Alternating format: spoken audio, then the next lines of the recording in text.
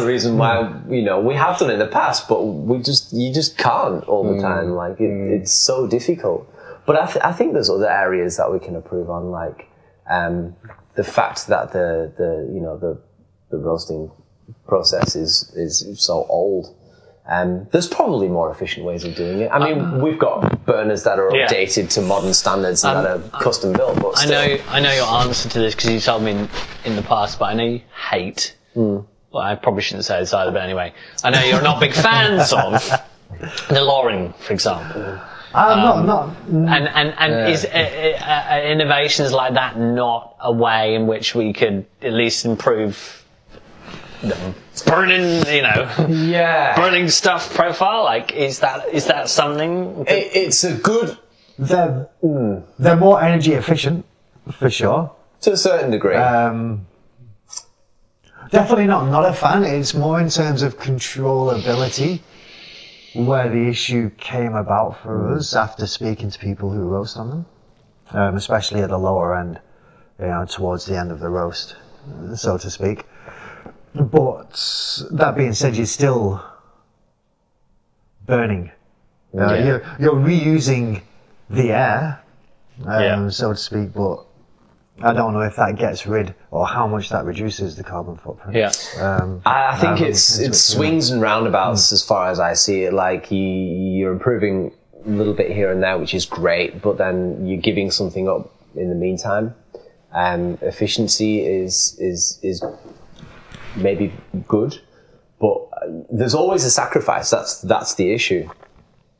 And for us, there's certain things that we don't want to sacrifice. Especially when you go to such lengths to purchase expensive, high-quality coffee. There's only so much that we're willing to sacrifice. But there's other things you can do. There's other things we do to improve upon that. Like, and it's the simple things, I think. Lots of little simple things make a bigger difference as far as I'm concerned. And that, I speak from my personal life as well. I think when people say but what am I going to do about it? Yeah. What can I do about it? Yeah. In fact, you can probably do heaps. Like there's so many tiny things you can change, and those small things all add up. It's, it's like finding pennies on a beach. They all eventually add up to dollars. Yeah. Or pounds, depending on where you're from. Yeah.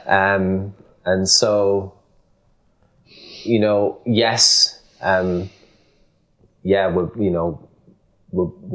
burning gas and producing CO2.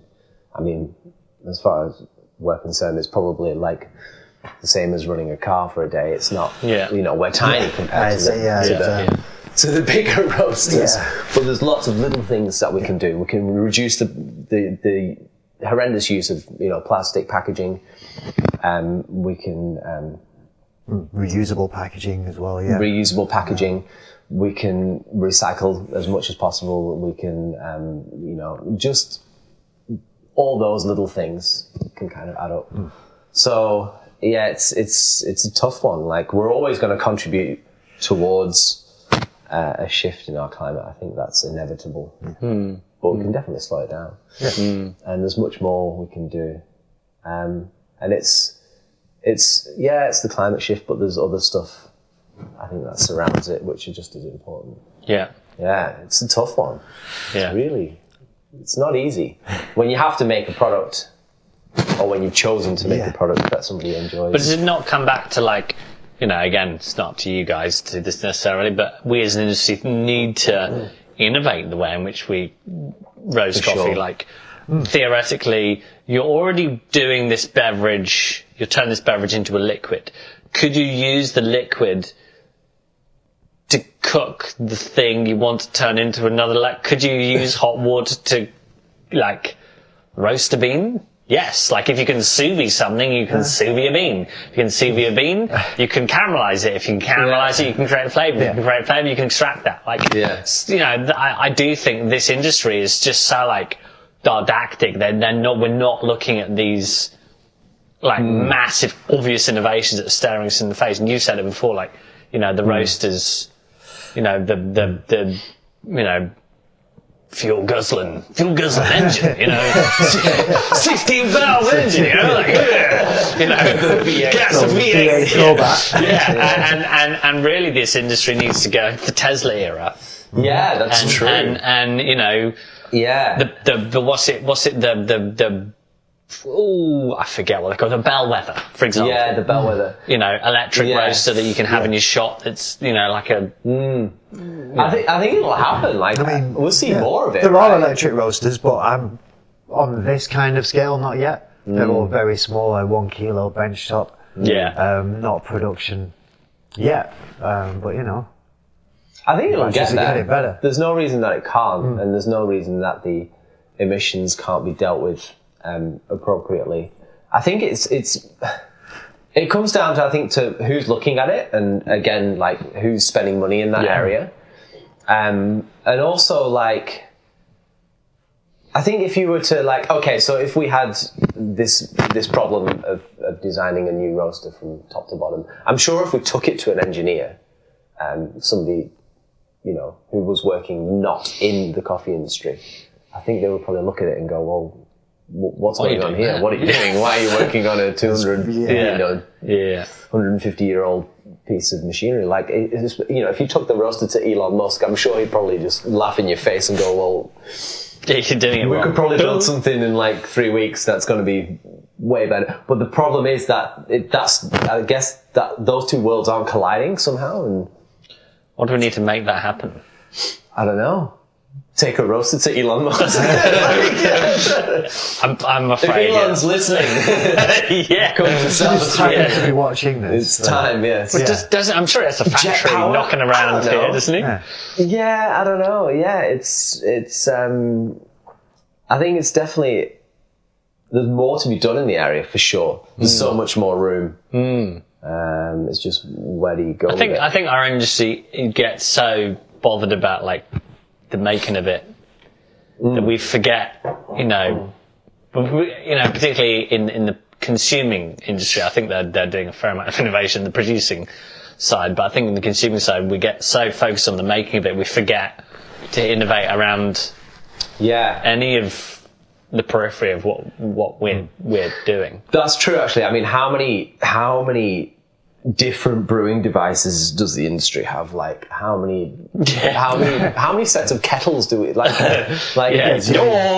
still a kettle. Invented the shit out of a kettle, right? It's quite tunnel vision. Let's just everybody do this thing, and like how many variations of the espresso machine is there? Like, I know. We've nailed some things. Like, we can boil water within like half a fucking degree. Yeah. Really well and hold it there for hours. But we can't change a washing machine that's got some barbecue burners underneath it. The focus could be a shift in focus. I think it'll happen. I think it'll just take time. I think it just needs steps in the right direction. I guess our industry is pretty young when industries go. It's true.